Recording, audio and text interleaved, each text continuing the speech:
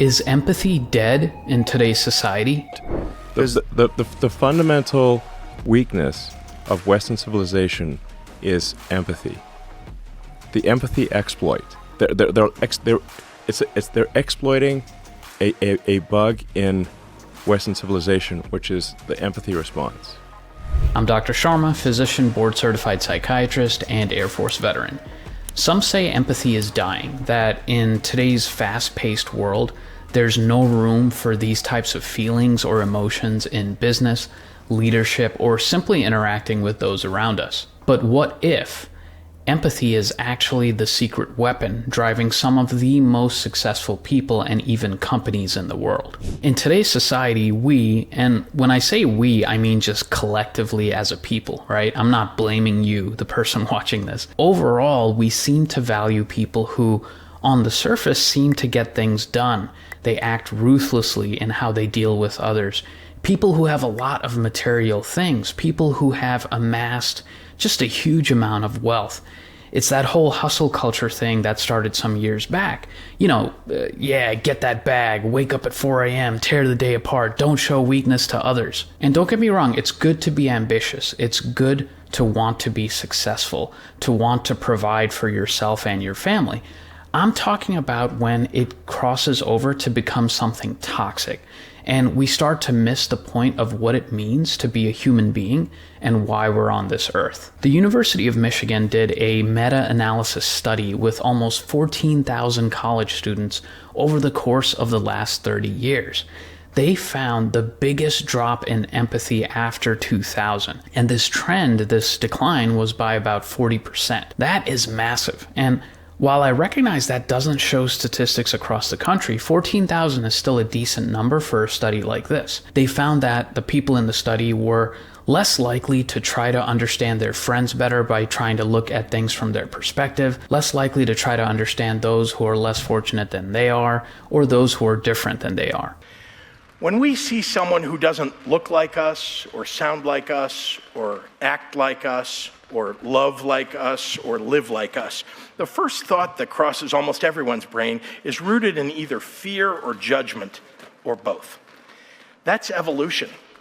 We survived as a species by being suspicious of things that we aren't familiar with. In order to be kind, we have to shut down that animal instinct and force our brain to travel a different pathway. Empathy and compassion are evolved states of being. They require the mental capacity to step past our most primal urges.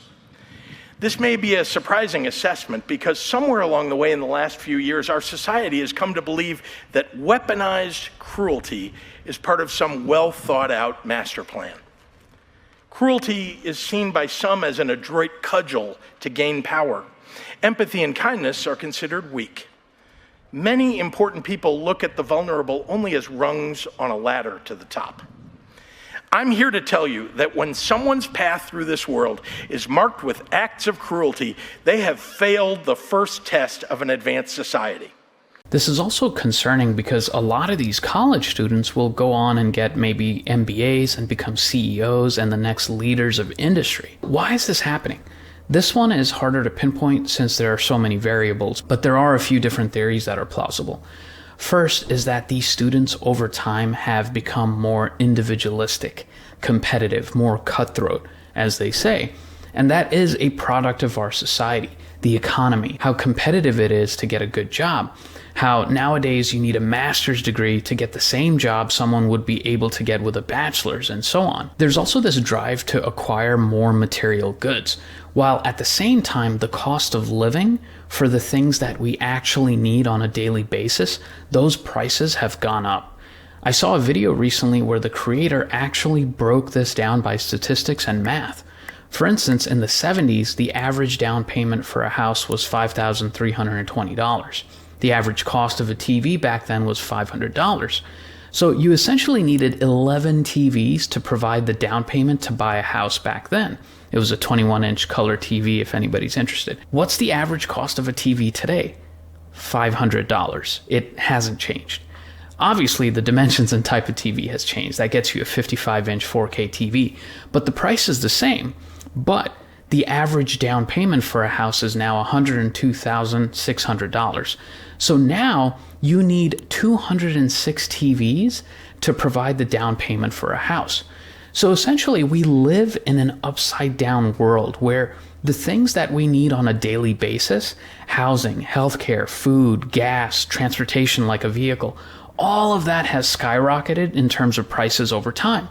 But these other material goods that are flashy and attractive like TVs and gadgets, those prices have stayed the same.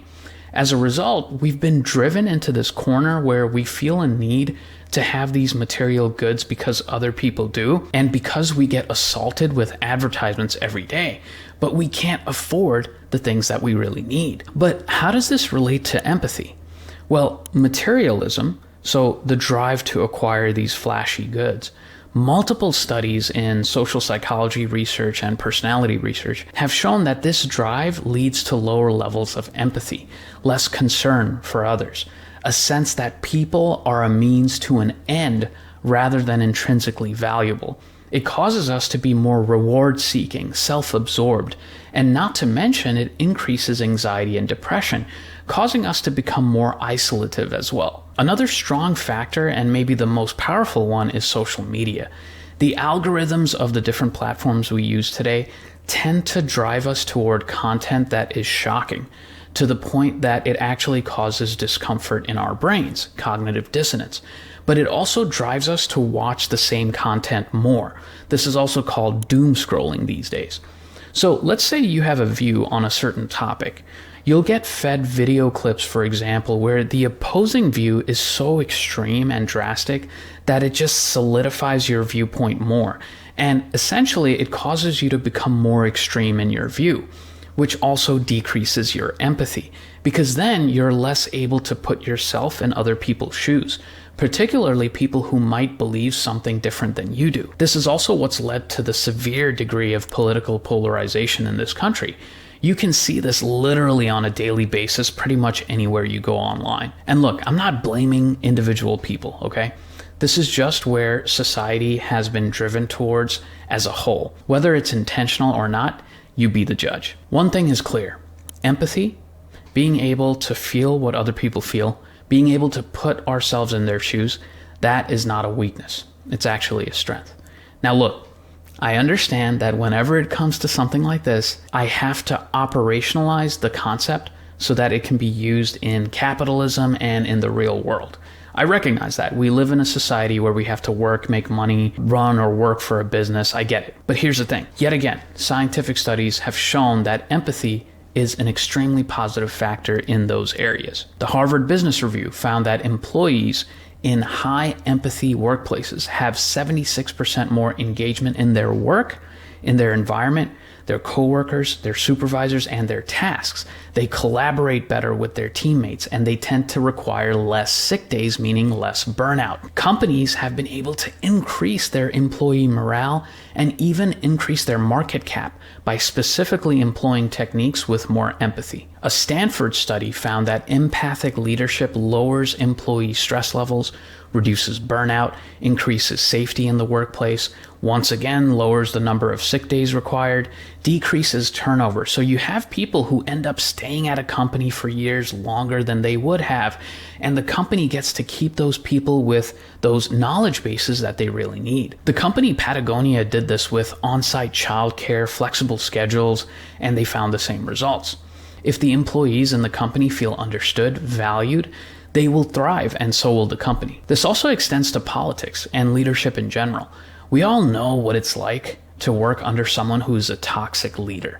A lot of veterans out there watching this can probably relate as well, especially since when you were in the military, you didn't have a choice to leave when you were in. Working under a toxic leader with no empathy or little empathy can lower morale, increase burnout, decrease productivity, the list goes on. It pretty much does the opposite of what empathy does. And studies have shown the same thing, even though we didn't really need that to show the opposite. Jacinda Ardern, the former Prime Minister of New Zealand, practiced empathy-rooted leadership. This involves active listening, ethical practices, compassionate decision-making, taking responsibility for your own actions, doing the things you ask your people to do, She ended up navigating multiple crises when she was the prime minister, and she did really well. And this is regardless of how you feel about what party she was in or whatever. I'm not talking about that. I'm just talking about the actual leadership strategies and virtues that they're based in. This is also kind of similar to officer training school.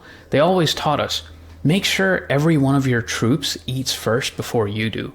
Make sure your troops are well taken care of, well informed, acknowledged, praised when they should be. Praise them in public. Correct them in private. It's all of these values that we need to cultivate and value as a society. It's hard to believe that even learning these extremely important leadership concepts in officer training school, people still went on to become toxic leaders. They never forced their animal brain to evolve past its first instinct. They never forged new mental pathways to overcome their own instinctual fears. And so, their thinking and problem solving will lack the imagination and creativity that the kindest people have in spades.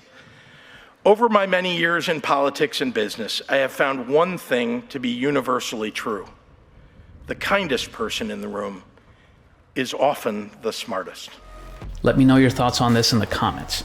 As always, I want to hear from you guys. If you enjoyed this video, you might like the episode I did on the dark side of putting profits over people. Click here to check it out. Also, click here to subscribe if you haven't already done so. As always, thanks for watching. Dr. Sharma signing off. See you next time.